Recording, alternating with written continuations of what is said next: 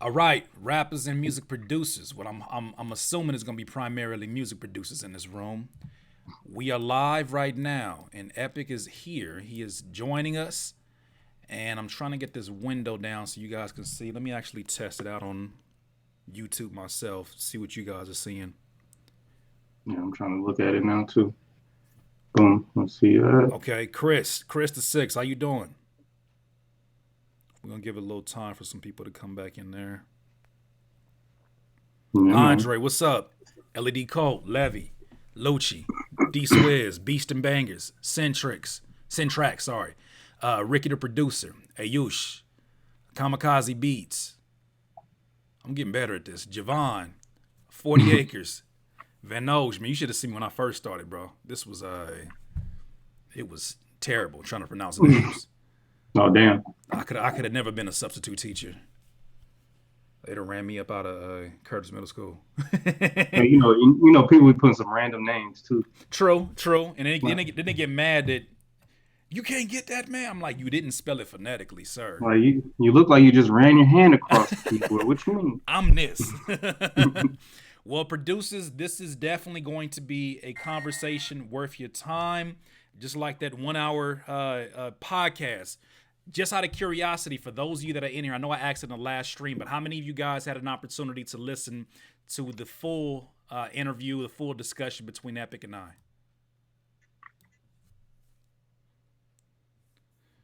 I need to go to my own channel. This is not showing up. All right, boom, there we go. Yeah. I'm turn this down so we no delay. Okay, cool. Now I can see everybody what they're saying. All right, cool. So those of you that did have a chance to listen, you understand how important this conversation is today. You understand that Epik is definitely somebody that I have looked to for mentorship. Is definitely somebody that is a pioneer in this. And within the last few years, I've had the opportunity to get my feet wet within this business. And um, there's many of questions that between the two of us, I don't even say many of questions. I don't think there's any question that cannot be answered. It'll just be a Yeah. matter of shall we answer it here or in another place. But for those of you that are in the room, how many of you are currently selling your beats online? Or you have a beat store, you have a website, and you've been trying, or at least maybe you have been selling beats online?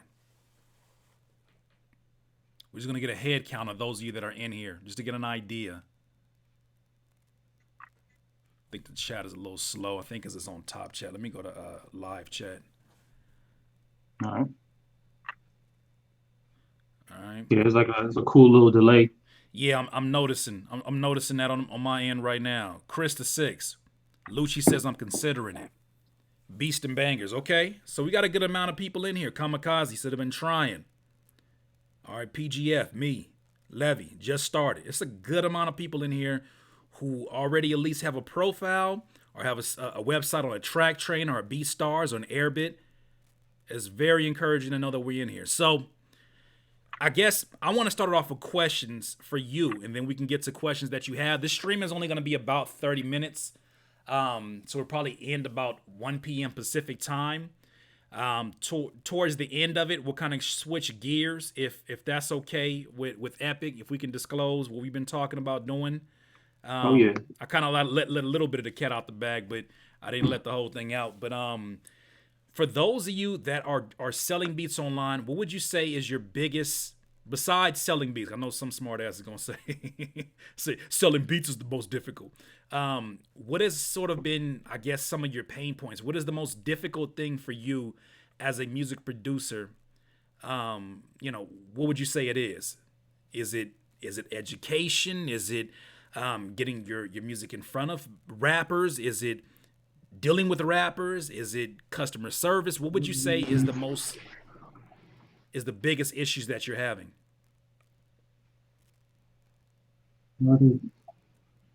Looking at the chat too. Yeah, I'm Hmm. just trying to let that delay file on in. Making Traffic. I, well, I knew oh, traffic was going to be one. So traffic, marketing, finding your audience, getting people to buy my beats. Of course, somebody still said it. mhm. Promoting your music, budgeting. Okay, promotions. Promotion. Yeah. Mhm. Okay. Getting traffic, getting in front of rappers, like personally in front of rappers, or you're getting your site in front of rappers. Hmm. Because it shouldn't be hard to find a rapper in real life. Yeah, you could just walk to the bus station and be like, "Hey, Do you rap? do you rap?"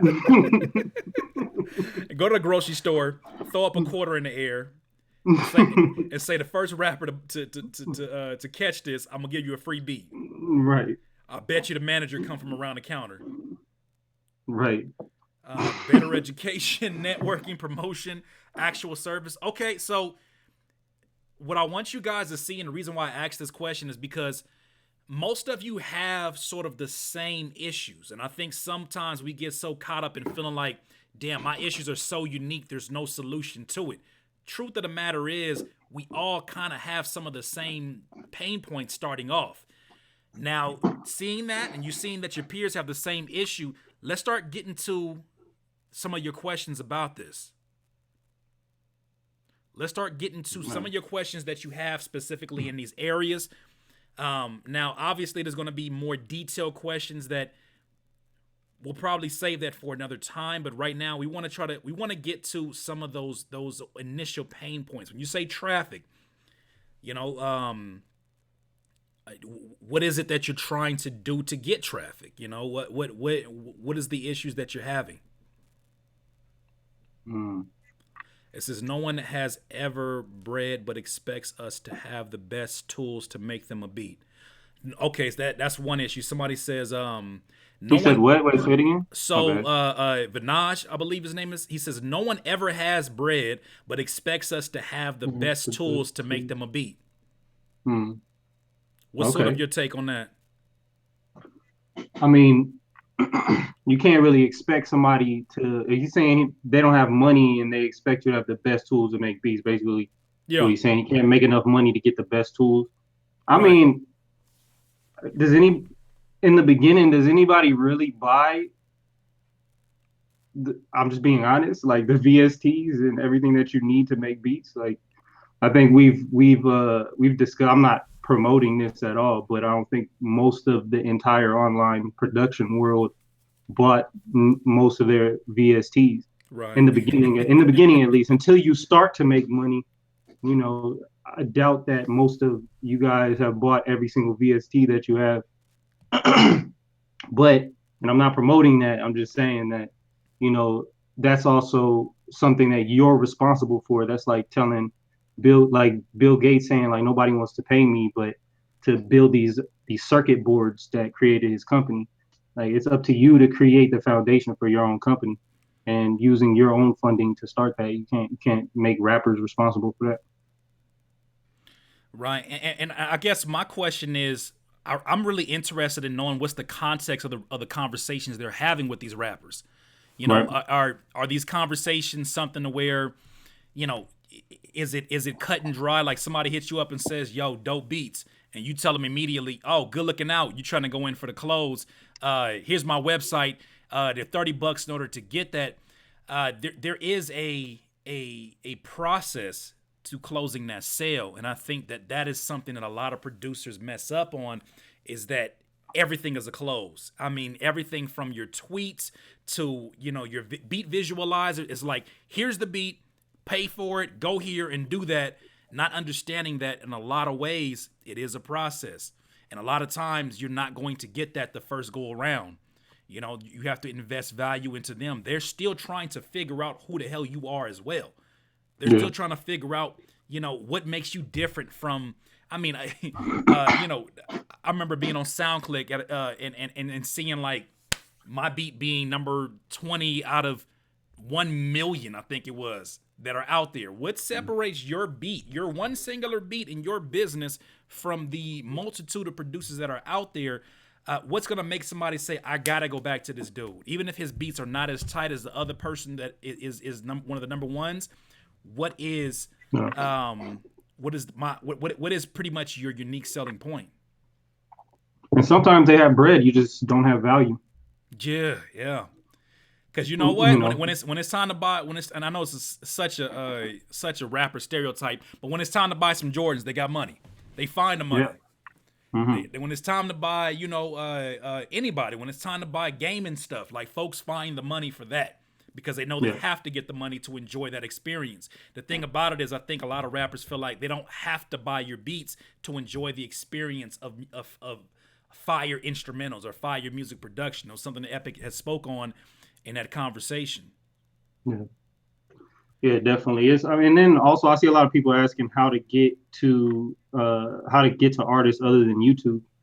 And there's a billion platforms that you can get to artists on, even aside from just social media. Um, but I would say attack every single social media, because if you look at Instagram, I haven't seen anybody attack Instagram with beats at all. Like just solely going in there to put their beats out there. And then also too, when you're putting your music out there, if you're only putting up a visualizer or just putting up beats, I mean, everybody does that. What are you offering to intrigue the artist? Because you might be getting views. If you get 50 views, potentially that's 25 people. And why aren't they responding to you? Why aren't they inquiring? Why aren't they commenting? Because there's nothing interesting. The beat could be interesting, but I said this to Curtis before. It's like your beats don't mean they don't mean shit anymore. Like there's too many of them. So you might have to take an extra step. You might want to put yourself on camera. You might want to make it a little more personal. Yeah, Something there to make that artist respond, I whether it think be YouTube, Instagram, anywhere. right. It's the same thing.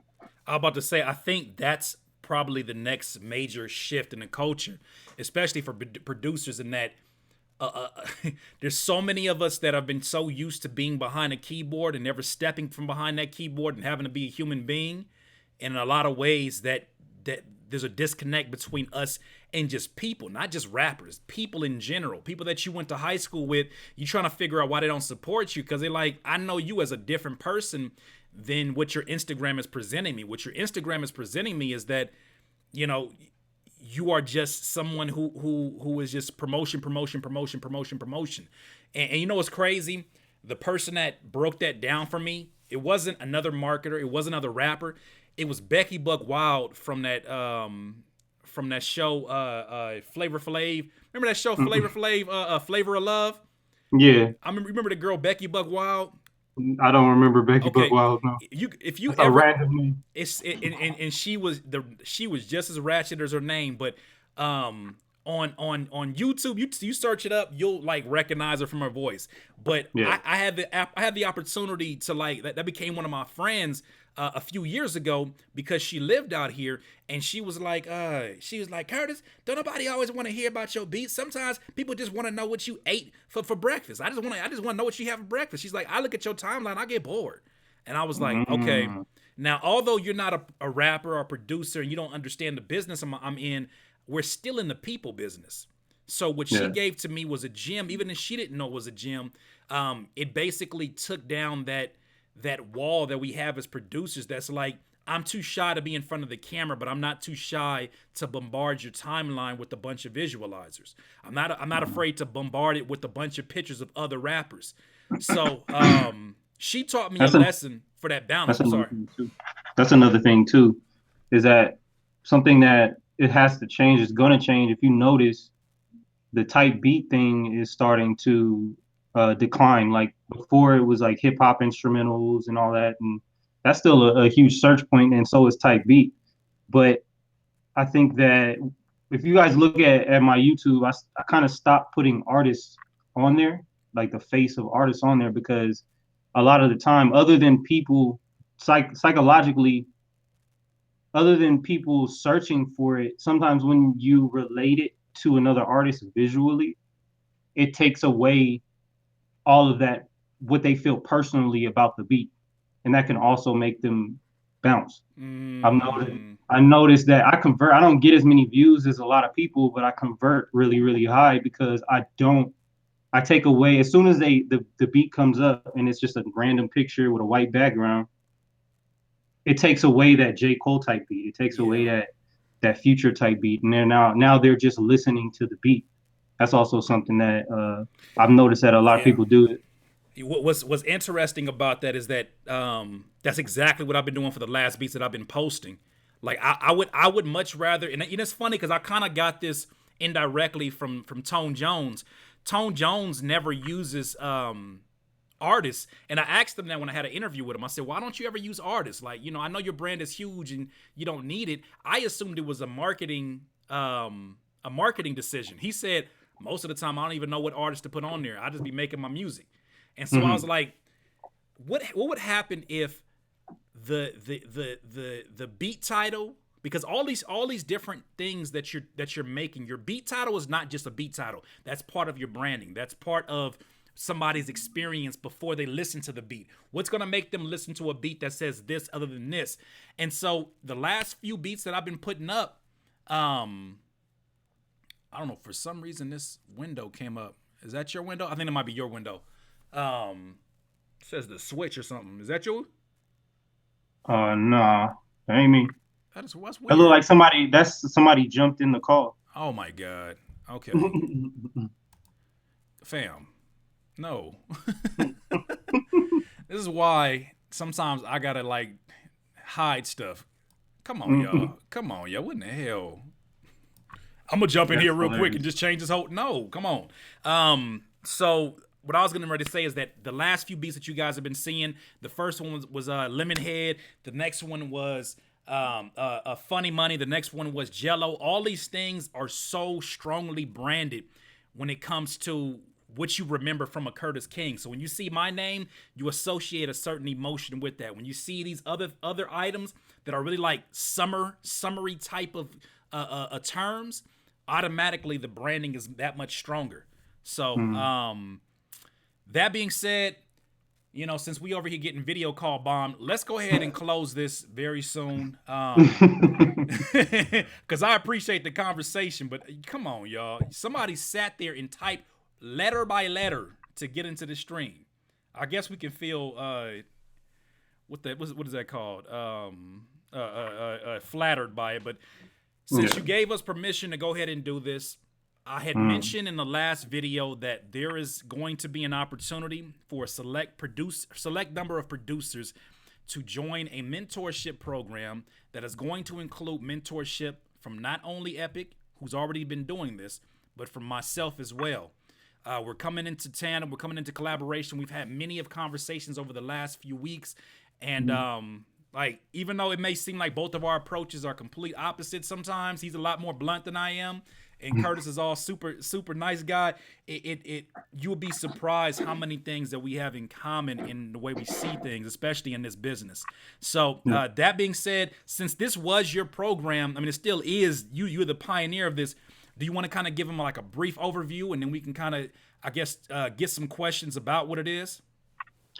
Yeah, definitely. I kind of wanted to answer a couple more questions. I feel like we only answered like two questions Okay, well, if you from people. if you down for that, I'm good. Long as nobody want to Yeah. play it, just don't be the switch. How about that? Anybody in here, don't be the switch and try to type these things in. Come on, Yeah. man. Don't video call bomb. People is here to listen. But go ahead, Marcel. You have some questions in there. Let me see. Yeah, look, if you guys have any particular questions, I saw something about promotion. We didn't really touch on like I know people we can't tell people how to promote, and that'll be a part of the program. Yeah. Step by step how to promote. But I wanna know what you guys have done or where you guys have tried to promote. Is it like Google Ads or Facebook or SoundClick or where is it that you guys have promoted? It's a good question. Because I think a lot of folks will open up a beat store and say the sales are supposed to just come in because you open up a beat store. And it's like, Yeah. fam. And and do what? you have your own real estate on the internet? Like not BeatStars, Yeah. not Airbit. Do you have your own personal real estate on the internet? And people don't think about that. Like they don't think about this as real estate. They don't think about having your own website as actual real estate. That's so important. It's funny because I've made that connection to beats being your real estate. Once you Hmm. push export on that, there's so many opportunities just to help people understand. Stacked Up Michael said SoundClick is dead, or is SoundClick? You He's said it asking a sounds question. It sounds Yeah, really dead. AdWords, SoundClick, Facebook, Facebook, YouTube, Instagram. So you already so Cash said Spotify. he took advantage. Did you hear about Spotify ads? No, no, I kind of heard about it, but not Well, really. Did they go full fledged with like indie artists being able to promote? well, you still gotta. It's still a process for you to basically get in, but basically when you get accepted, I'm still waiting for my confirmation. I saw a tutorial on it, and they said that the lowest you can pay is 250 Mm. for it. So they're making the lowest price point for you to get in pretty high.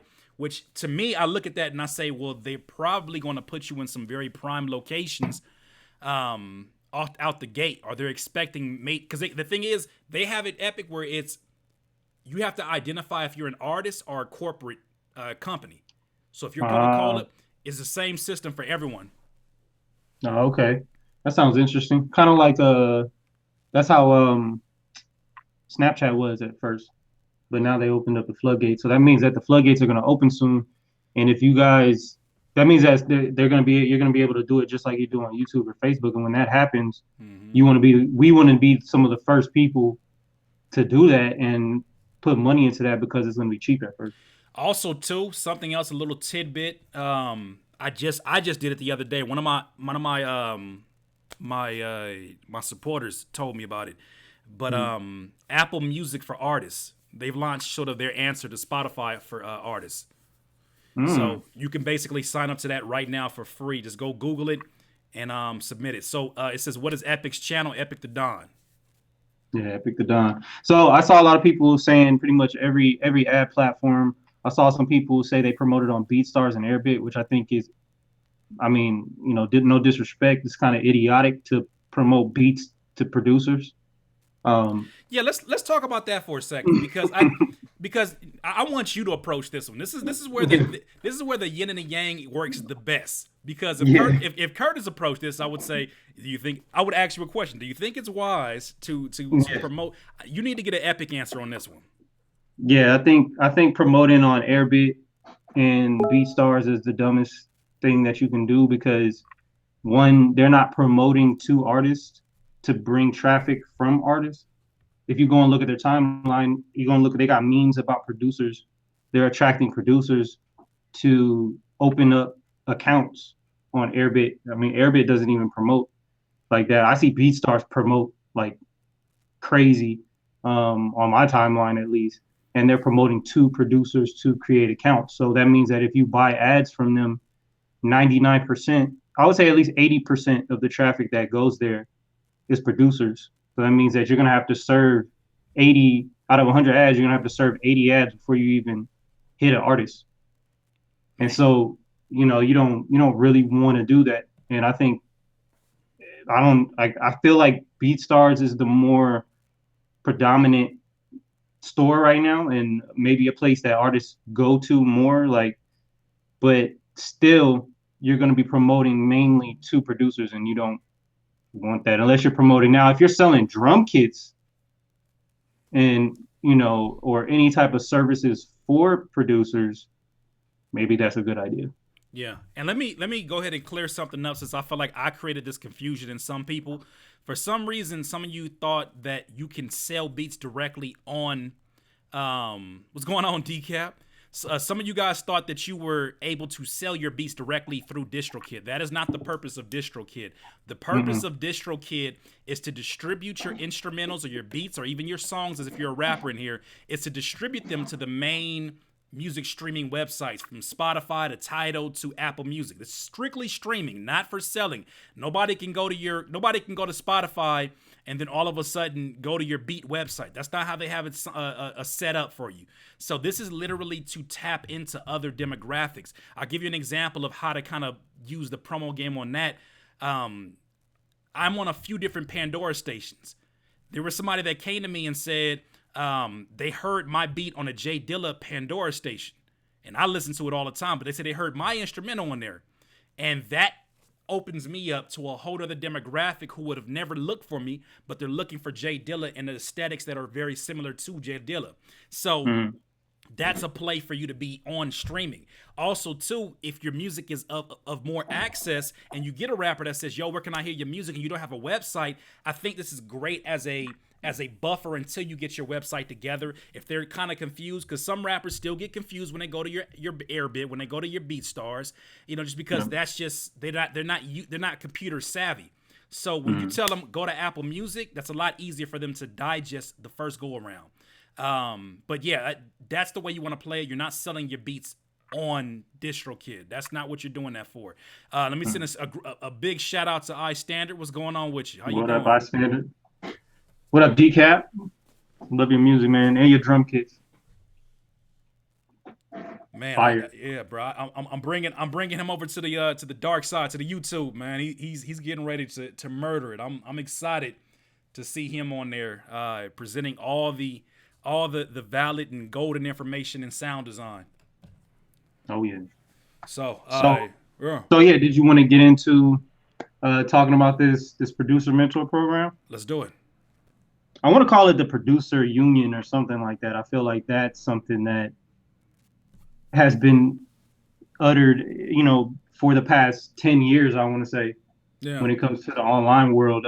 But I started something called the producer mentor program 2 years ago, where I would let a limited amount of producers in and allow them to learn everything that I've learned in the past 11, 12 years about selling beats online and marketing and all of that stuff. And I would work with them one on one to um, allow them to really learn everything that they need to know. And what I learned from doing the one on one is that it's better within a group setting. So I would do group settings and I would do like one on one. I learned that it's a lot better and people listen. And I think a lot of producers think that those clashing personalities would, or those personalities would clash. But I learned that a lot of producers have the same issues, like we've seen in here, the promotion, Mm-hmm. with talking shit about artists, with a lot of different things, and we were able to really bring everything together and learn a lot faster that way. Yeah. But I go was gonna ahead. say one tidbit because I know you're right in the middle of explaining the mentorship program. I got to give Mhm. a perspective from the outside because I wasn't involved within the first one. Like we had conversations about some ways that I could contribute, but the timing Mhm. was just kind of crazy. But I could Yeah. tell you, I saw an immediate impact with the producers that were involved. You could just tell, and producers, you tell me if I'm wrong. Can you just tell when a producer is maneuvering differently, and you can almost tell that they're making money? I Mhm. could tell that people that at least I knew were associated with it because they were kind of sharing that, yo, shout out to Epik for, allowing me to be a part of this program. They move differently. And that only Mhm. comes from mentorship. The reason why the conversations you're seeing right now between Epik and I, they're just it's a different frequency. Because Yeah. once you've been under certain circumstances, you're just not going to react the same way. And that's just my perspective from the outside. Now being on the inside of this program, man, I'm very thankful to be a part of this. Yeah. Thanks for the love on the hat. Appreciate you. Uh, yeah, it's definitely important. I feel like in other businesses, mentorship is normal. I feel like in other businesses, that's something that is like a no-brainer. Everybody has a mentor. Everybody's looking to get a mentor, and people want to have mentees. And I feel like um, in the production world, in the hip hop world, that I feel like everybody wants to keep a secret because there's a limited amount of money. I did a post not too long ago talking about the difference between the fashion world and the music world. In the music world, they make about 14 billion per year, but there's a million people trying to get into it. In the fashion world, they make 40 billion, and there's not that many people trying to force their way into that compared to the music It's industry. crazy. So if you divided all the money between everybody that was trying to get into the music industry, we would all be only making $20,000 a year Mm. about. So that being said, there needs to be a lot more mentorship and information passing and innovation so that there can bring more money into the market. And I feel like the online world, while it's being shit on by the industry, because I feel like the online world has been anti-industry the whole time, all the way from like the Napster days. And what we need to do is people like me, people like Curtis, and anybody else take producers under our wing and give them information that can help them move forward Right. and create new ways to make money and bring more money into this market, because it has to be new money. We have to create new money, and I feel like this is the way to do it. Yeah.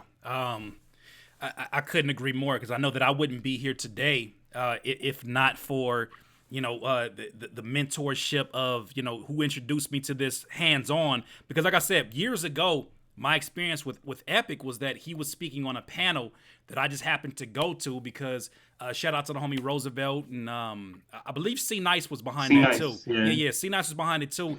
I just happened to go on a whim on my last gas money, and then I'm hearing this dude up on the panel talk about how he was on a bus stop and he decided he was going to put his last $50 towards this business, and then it skyrocketed for him.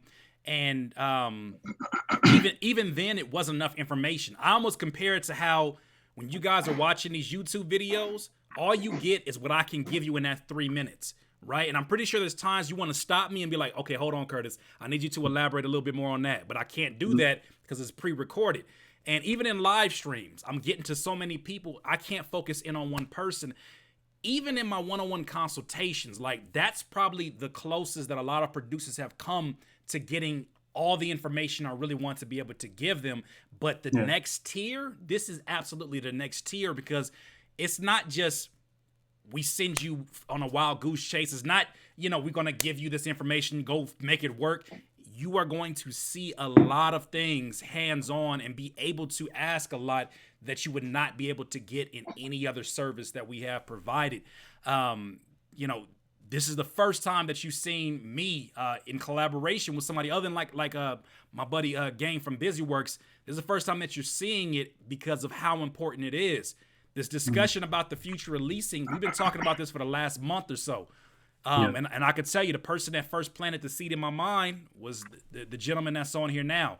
And so it is time, like, I'm not gonna hold Epik against this one because I speak for myself when I say this, but I felt embarrassed to see Ninth Wonder putting up a meme that was basically, it's funny to producers, but it's Cardi B, the little girl Cardi B version, the meme going around, and it says, my mama said the reason why that tag keep repeating is because you haven't paid for the beat. And I'm like, that's funny. It's funny to us, but then I gotta think, like, what about the rapper demographic that are going to be buying? Not only is it a leader that does that, but now we're reblogging it from his Instagram and we're sharing this all across, when really our biggest consumer are these very same people. But the thing is, I know that just saying that is not going to shift the culture, but taking a few producers under our wings to say, look, I know that's funny, I know that's entertainment, but you got to move differently, because if everybody is doing the same thing, I always heard that in business, when everybody is pushing as a herd to go somewhere, to go get something, you better be going the opposite direction because it's already over with. So, then another thing I want to add on top of that Ninth Wonder, that comment on that particular meme. The funny thing is I'm pretty sure that most people here either reblogged it, retweeted it, or at least laughed at it. Yeah. And when I saw it, I was like, man, what people don't understand is that, let's say an artist does, put out a song to a beat that's tagged, and it gets traction, and then he comes back and he buys the beat. But when he comes back to your Instagram, he sees this post, and he's like, fuck this guy, I'm gonna go get this guy to remake it, because I get people every single week that come to me personally to redo a beat, to like not remake it bar for bar, but like just to do my own rendition of the beat. So you don't know if you're losing business because you're disrespecting these artists, And Right. I made a post a long time ago, 2012, where I was like, you know what, that's something I got to stop doing. Like, I'm not going to disrespect my demographic. I mean, I did the "Why You Ain't Pay for This Beat Though" I video. That mean, was kind of but funny. who you get that from? Who you I get got the that from tag from? you, You got the tag from me. So we all right? are guilty. We're not coming down on producers. We're not coming down on you saying like, oh, you guys. We look. I made Roscoe the Taco. Roscoe the Yeah. damn Taco was created by me making fun of the very same demographic. But at some point in time, I mean, of course, I'm just echoing what Epic is saying is that Mhm. you start asking yourself, is that moment of time that we're able to share laughter amongst producers worth me getting less beat sales? Is that worth Right. me missing out on the bottom line when it's my job and my responsibility as a business to serve this demographic? Right. And then I also that post that I made for that video was an ad for people to sign up for my monthly subscription, so they didn't have to get tagged beats. Right, So right, they would pay a certain amount every single month to get access to pretty much an unlimited download of beats, so that they didn't have to use tag beats. So right. it was an actual play to bring in money and to actually help artists. So you have Right. to use, if you're going to use the entertainment value, don't just post memes just to post memes. It has to have an end. It has to be a means to an end, or else you're just posting just to somebody else's content that Yeah. really doesn't matter. And somebody made a point where I'm sorry, not gonna make it somebody. Beast and Banger said, but the artists disrespect us by disrespect us by not respecting our prices. Although you have situations in which there are people who don't respect your prices, respect the business, you're gonna find that in all walks of life. That's not just rappers. You know what I mean? Mm-mm. It's not just rappers. There's people right now who are laughing at the fact that us in hip hop are having conversations about different marketing, and they laugh at it because to them it's hysterical. You can't worry about that. You have to be responsible for you and the reputation of your own business. Going tit for tat is vibrating on a lower frequency entirely. And if you plan Mm-mm. on being ultra successful, you're gonna have to float amongst all of this chitter chatter, all of this stuff that's like, but you did this to me. You did it until you take responsibility at some point, and it's not your fault that they're acting the way they act. But guess what? It's your responsibility to do something different about it.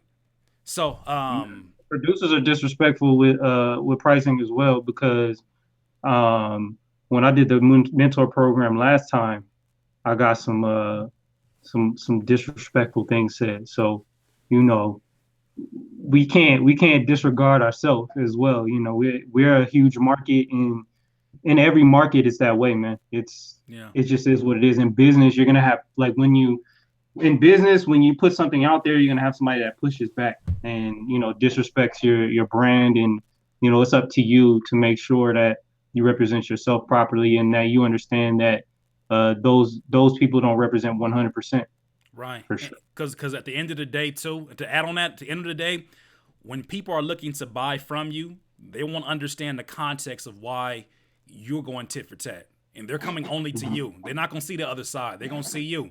What's that Mm-hmm. Jay Z line? Jay Z said somebody told him not to argue with fools because from a distance nobody can tell who was who. Mm-hmm. That's a That bar. that certainly applies here. So I think that's something else too is that the mudslinging topics that we're talking about is so below what this business could be. But the only way it's going to elevate is if individuals like Epic and I have an opportunity to sit with you and and, Mm-hmm. and and show you, look, this is what the bigger picture is. If we just say it out loud right now, there's so many different frequencies that just don't understand until you get in tune with, look at what's happening right now. Now look at this other industry and see what happened here. Here's how we have similarities. This is what it can be, but it has to start with individuals. It has to start with a different mindset. It has to start with a different level of understanding of what you're actually getting into. Yeah. Was there anything else that you wanted to kind of dig a little deeper into with this, or did you want to kind of send them? I need to see about this email that I have available for them to. Yeah, you can well, should I kind of talk about how a little bit on kind of like the back end a little bit, because Yeah. we got 205 people in here, Okay. and give them a little bit of insight into one piece that I feel like kind of I got whenever I was doing the producer mentor program before. There's like this one piece that I didn't have a remedy to, so that they couldn't say it anymore. And every time I would do the program, I would get somebody that would say like, well, you're Epic, you have a following, and it's easy for you to make money. You've already done it, and you've been doing this for this long. And so a part of what we're going to do moving forward is basically creating a brand new producer, like from scratch. Me and Curtis are going to create a brand new producer. And for the first 20 people that we pick to be a part of this, you get to see us create this producer from $0 to an amount that you can live off of within a 3-month span. I didn't know you were going to give that information, but I'm glad that you did. I'm glad that you did that. we got 200 people in here. It's not too much. It's not too little. You know what I'm saying? It's right. But I think that is vital because most producers don't believe that they can do it. And this will be a way for us to show them exactly like, okay, here you go. Let me stop that. Because anybody at the end of that doesn't do it, you're just not meant to do this shit, bro. You need to go to Walmart, you need to go to Costco, or stay right where the fuck you at your job or wherever you're at and not do this shit. And I feel like this is the way to change that mind state. This is the way to do it. Had I had access, and right now I'm actually resetting up this email because we had a little error with it, but if I had access to this going in, I would be set up so much. Like, I don't think you understand. Like, I've known Epik for some time, but we have not had extended conversations in the entire Lord. I went and saw you at that conference in 2010. We have not had extended conversations until 2018. So even from a distance, there's things that you can learn, but within the last week and a half, 2 weeks, I'm sitting up here absorbing a lot of information, and I think you guys are going to see the impact of me being even in contact with somebody like an Epik. And you guys already know the value that you're getting from me. You guys know it's been on a daily basis. We're getting ready to go on another streak right now and put up videos every day, but this is something I wish that I had access to, that it was ongoing. Because, shout out Awesome. He was the one that really, I reached out to him in a very desperate time, and he showed me step by step what this was. But I have to take into consideration, you guys can only get so much from my videos. You can only get so much from a 30-minute, 20-minute, 10-minute video. But what you can get here is not only can you get my perspective on it, you can get varying perspectives on it that literally say the same thing. But it's good that you get different approaches. That's why I think this is the best. I anticipate the best business collaboration that I've ever done, because we have such varying personalities, but the moral code is in the same place. The goals are in the same place. And for the producers that are here, the goal is to get you out here and literally making a living. You want to talk about what we have to gain from that? That's legacy. That's a legacy. To be able to say that you had the opportunity to literally shift someone's life. I heard Impressive Beats came in here about an hour ago, and he said, yo, this program changed my life. And I had no idea because I was on the outside looking in, but now that I'm involved in it and I see the back end, I see why. Being able to see a producer from scratch, you have no excuses. Now you got to just now you really can blame your beats. At that point, you got to really, hone in and see this for what it is. It's a grand opportunity. So we got I can't pronounce his name. Ibu Bakir something. He said, how are you guys going to make a discouraging video saying the beat selling thing is dying, but then ask for people's money to create? So we talked about this yesterday, right? Right, of course. Remember? So we were looking forward to you. Yeah, we were looking forward to that question. I'm glad that you asked that question. So what we said, if you listen to the whole thing, isn't that beat selling is literally dead. We said that the format in the current state is going to die, right? I said by 2020, that's a year and a half from now, Right. this format is going to be dead, right? So I still sell beats. Curtis still sells beats. Cash Money AP still sells beats. People are still selling beats. It's not dead. But what it is that you are going to have to offer more. And what we're going to be teaching you is how to offer more than just your beats. You're Right. not, we're not just going to teach you how just to sell beats. We're going to teach you how to market. This can be applied to affiliate marketing. This can be applied to drop shipping. This can be applied to any product. So selling beats is no different than selling teddy bears or anything else. It's just a product that you create. The difference between our product and another product is that we don't have to manufacture the same thing over and over and over and over again. So what we're doing is teaching you how to market not only yourself, but any type of product that you create. This is beats, this is courses, this is anything that you want to do for artists, how to create content, Right. where to put the content, where to put the ad dollars behind the content. These are all things that you don't know. So we never disrespected the. I don't remember disrespecting We didn't. the retail business, You could but tell. You could tell to somebody that you could tell when somebody is shook by clickbaitish titles. yeah, If you stop there, that's how I know you didn't watch the entire video. I'm not sure exactly who said it, but that's how I know you didn't watch the entire video, because if you look at the comments, people got a general understanding of what exactly we were getting at. And at the end of the right. day, he said it in a podcast, and he said it in prior videos, that if you are conducting business like this is 2010, you are going to be a part of the next shift in which a Mm, large number of producers are going to die off. Why? Because they are dinosaurs and they refuse to evolve. So as long as you think that you can just put together for those of you already right now who are struggling and saying, "Man, I made my Airbit profile and I don't, I should be getting sales." If that's the only thing that you focused on, you are really going to have issues. My thing is prepare yourselves for whatever transition by understanding all the things that go behind every single shift. And this is part of it, is getting the mentorship so you understand these shifts. So yeah, we appreciate the pushback, and we're not afraid yeah. to answer those questions. So Standard said, I see a lot of quality questions. Can we address that? I don't know exactly which questions they're speaking on. Yeah, I'm looking. I'm trying to see what time period in which they asked that. But if somebody said, "How do you qualify for the mentorship?" So right now we're just gonna take in some of the entries, like some people just inquiring about it. Um, and then I feel like a problem last time was that, well, a way that I kind of picked last time is I had conversations with people, and I want to have I don't want to waste my time. I don't want to waste Curtis' time, and I don't want to waste your guys' time. Like we don't want to waste anybody's time.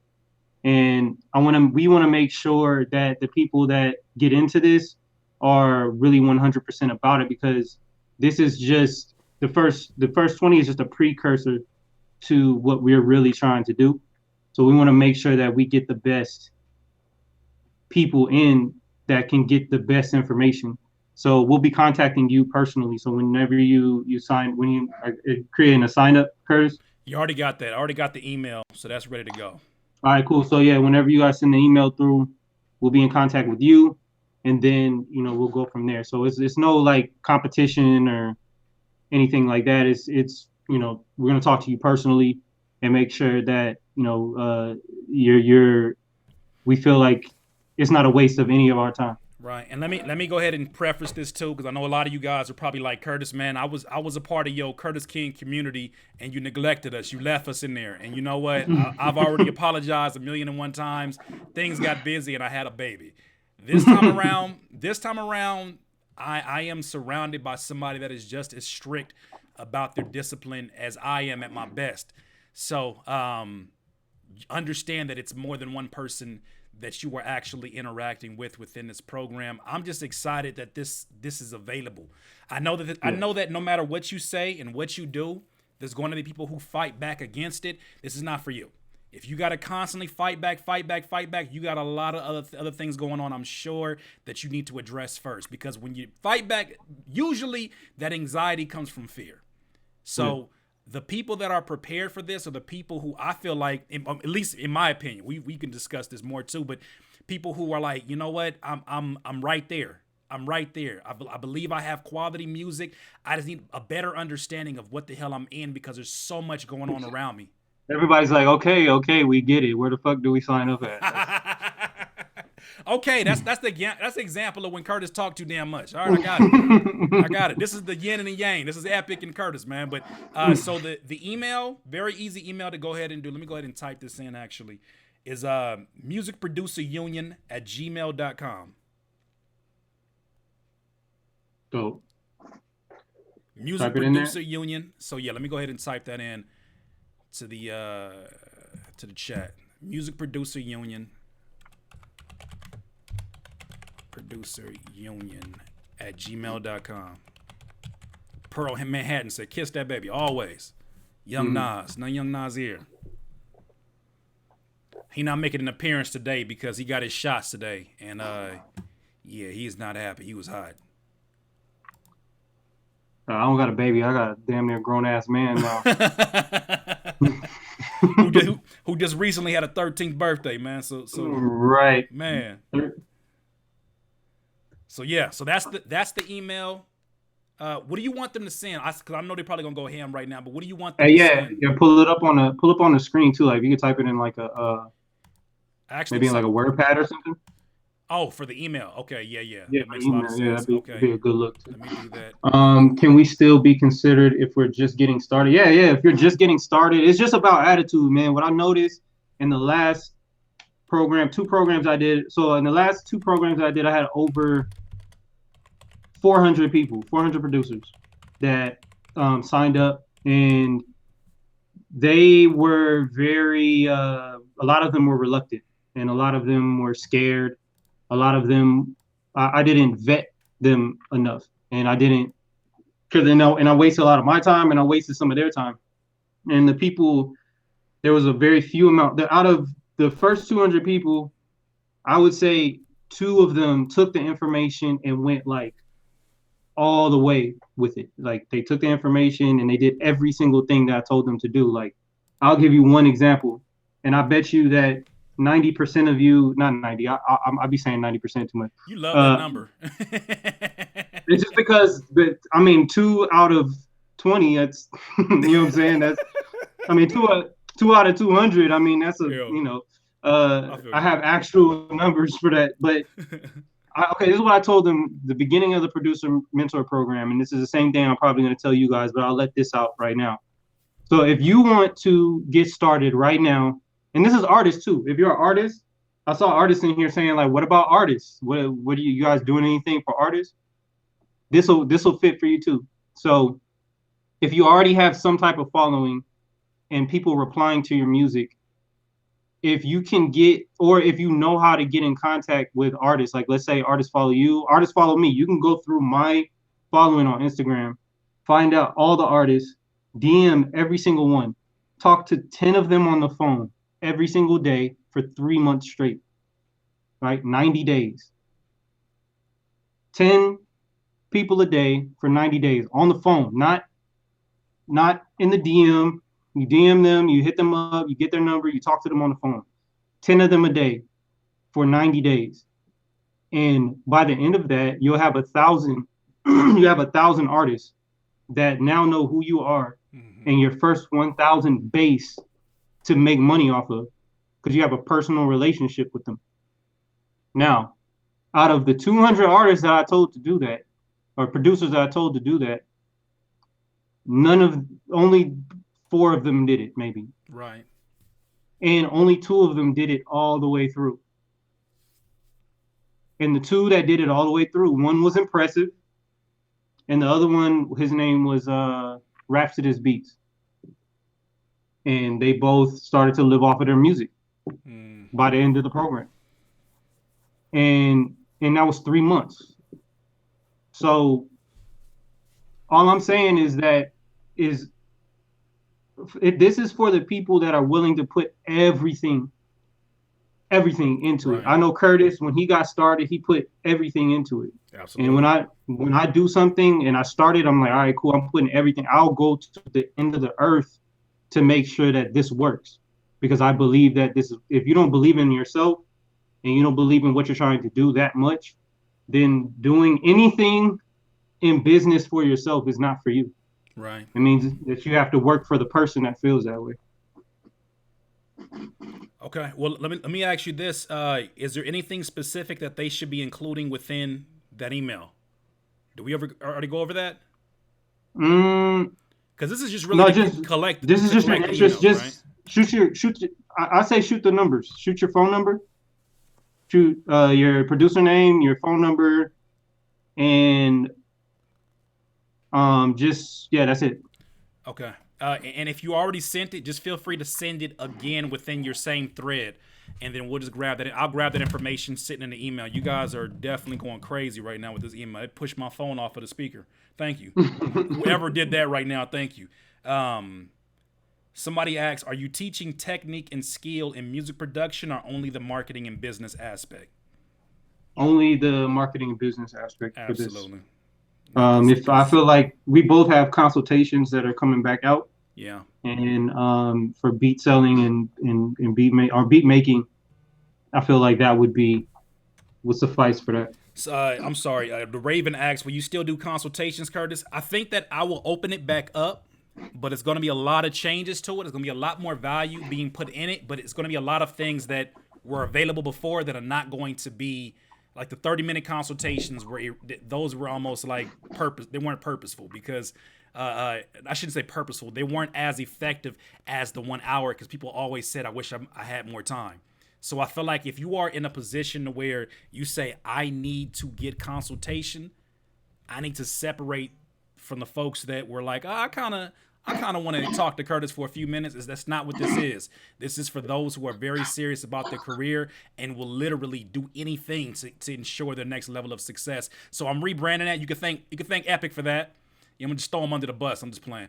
You can thank Epik for that, but he definitely me having conversations with him alone has already uh, impacted a lot. So that's part of it. So But as the program goes on, I'm probably going to shut down my consultations until we get this. I want to give these producers my full attention. But go ahead, Epic. so Lincio produced it as rappers took that well as far as like the phone calls. Anybody that you get on the phone that because there's you're not like cold calling people.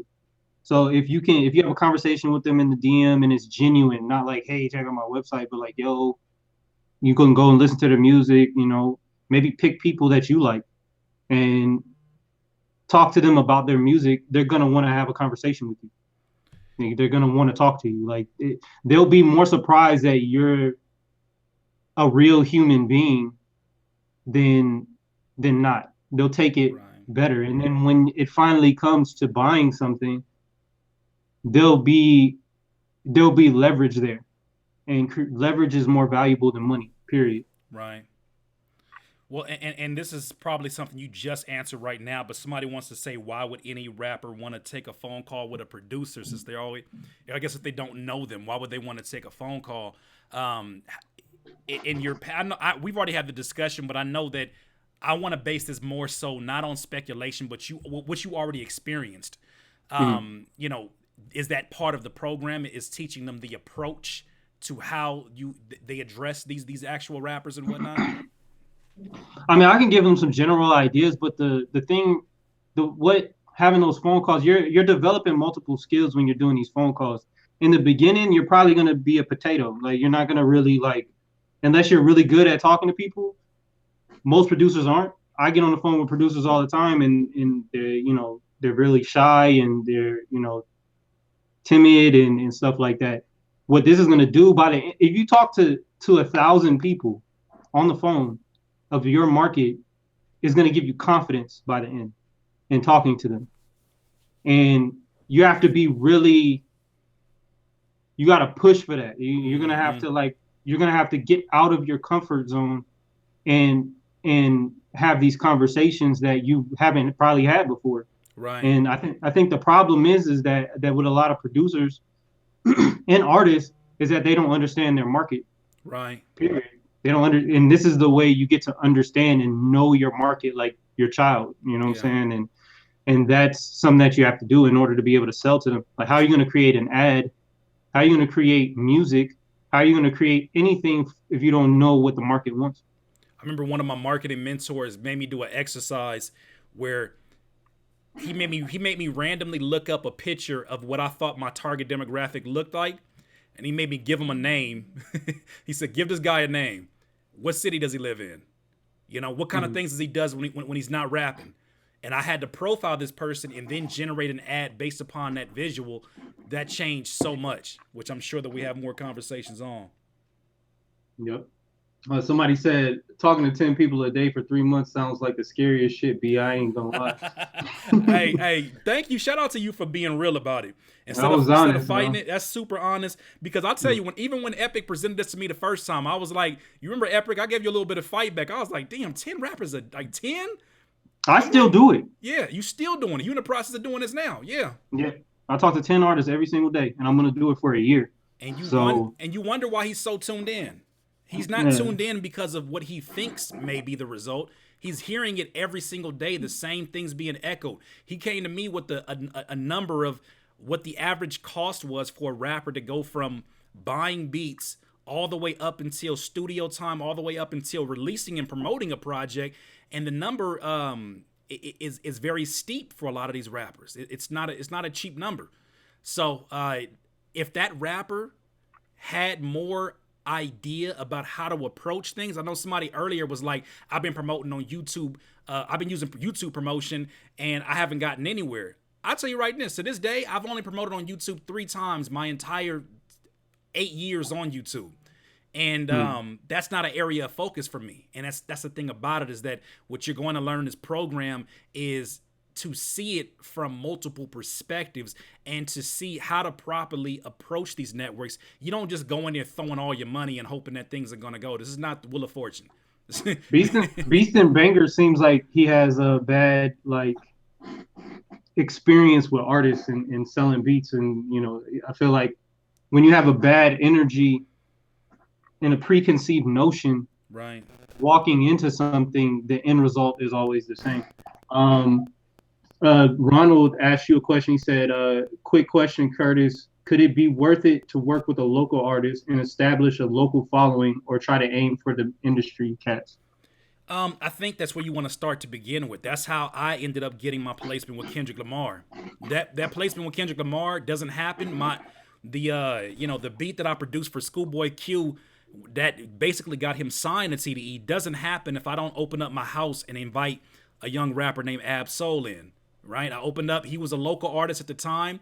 He was making a pretty good buzz, but still, he was in Carson. Carson is not really known for breeding a consistent amount of artists. At least not at that time. We were known for Razzcast, for Bishop Lamont, for Booyah Tribe, but not necessarily like huge artists. So locally, he was local of a local, but this dude was so talented, and I saw a young Jay-Z in him. And Mhm. he came over to the crib. He was one of the first artists that I said, you know what? I don't even feel guilty or even worried that I got bills. I want to give you free beats because I need my name attached to your talent. I need the experience of working with you. And him coming into the crib, it got to the point where I called him. I said, look, Thursdays are for you. Come over here, man, and pause if I need to. But Thursdays are for you. Come record. I got free beats for you. And I was making beats that I felt like, if I had an opportunity to produce for Jay-Z, these were the beats that I was going to give him at that time. And I ended up Yeah. giving it to him. And what he did with it was so crazy that it developed me as a producer. My learning curve increased because I was with somebody that made me step my shit up. I had to step up my engineering. I had to step, because I was engineering him too. Engineering his vocals. I had to step up my beats. But when I worked with him locally, wherever his career went, my name went along with that. So the first time Yeah, he got that's signed, I'm sorry, go ahead. yeah, it's like Roosevelt. Like Same thing, Roosevelt yeah. is the first artist that my beats were trash, bro. Like they were terrible. But So was working mine. with working with him turned me into a producer, not just a beat maker. Yeah. And I was able to really learn what an artist wants and how to work with him personally. I mean, I was working in the studio already, but this is somebody I was working with daily. Like every single day, we was working on music, and it allowed me to develop the understanding when going into selling beats online or going into the music industry. Right. When I would go into sessions, I now had an idea of how to format. I now had an idea of what to expect from the artist and how to make sure that they got what they wanted and to make the vision go to produce the vision. Right. And and that's important. You can't get that from selling beats online. You have to work with an artist personally to do that. And if you're just starting out, working with the artist is the best thing that you could do. Yeah. As far as getting into the music industry, you have to figure out if that's your flavor. Like, me and Curtis have had our run-ins with the music industry, and that made our eyebrows raise, and Yeah. this is not for me, and it's not for everybody. You got to be a certain type of person to deal with it, and to deal with the politics. It's like imagine working with Donald Trump. Like that's you have to, and then working with Obama, you have to deal with all these different personalities and different types of politics and all this other BS that you don't have to worry about when selling beats online. You're selling beats Right. online. You're working with artists. Everything is based off of you personally. You're building your own following, and at the same time, the reason why selling beats online was good for me is because when I ran into situations where I was offered $250,000 for a terrible deal, I was already making $100,000 a year, so I didn't need to take the deal. Right. I could think clearly through the situation. I could hire a lawyer. Yeah. I could do everything I needed to do so that I didn't take a dumbass situation that would have left me in the hole in the long run. And I'm about to say, let me expand upon that because what you brought up right there, I think, is the biggest mental block for a lot of producers in that they have one foot in independence and they have one foot in wanting to be in the industry, wanting to be famous. And the moment that shifted for me was when I sat up in this industry and I said, this is not for me. I felt like I was following the coattails of a lot of people. Like I had to wait for somebody else to invite me to a studio. I had to wait for somebody else to get their album and their songs approved before my placement can even come out. I was waiting a year. I was accumulating debt over a year, waiting for these placements to drop. And I was going studio to studio, and I'm not being compensated for that. And it just did not make any sense for me. Now, if other people look at that and say that that's getting your foot wet, you're paying dues, you must have seen something. You must have seen the same thing I seen too. But that's the thing about it is that, No, huh? what's a sensei hack? Oh, Shut up.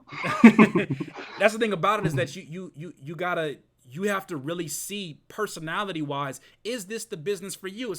It's funny because if this was a job question, you would make an easy decision. This job's not for me. I want to go somewhere else. You know what I mean? I love plumbing, but I don't want to work for this company because they treat me like shit. But in this business, we have one foot in, one foot out, and we end up making very watered down decisions moving forward, and we never get where we actually want to get. It's almost like throwing a bicycle on the side and trying to ride it fast as you can. It's not going anywhere.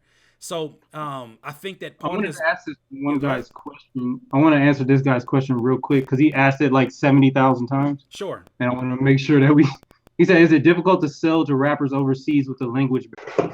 All right. We're dealing with technology. You never know what's going to happen next. So somebody said this is the most important part. My apologies. We should be back here now.